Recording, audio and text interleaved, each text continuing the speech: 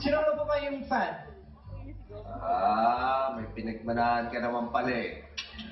Anyway, Mark, tuyo na yung mga damit natin kasi, nag-alarm tayo ng alas 4, tapos nagbihis lang tayo, tapos ayun, natulog, tapos, tuyo na yung damit natin, lahat.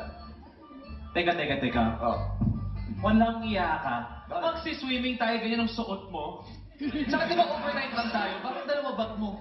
Kasi, itong isang bag, puro sunblock yan. Oh. Siyempre, para hindi mo mangiting. Tapos, ngayon, sinama ko na rin yung mga damit ko. Tapos, at least ako, nagbihis yung si Drew. Kamu, kung kaya tayong damit yun, yung baho na. Di ba? Amoy eh. Amoy barbecue.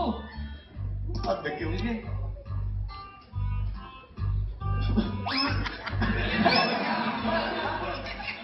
Amoy ano?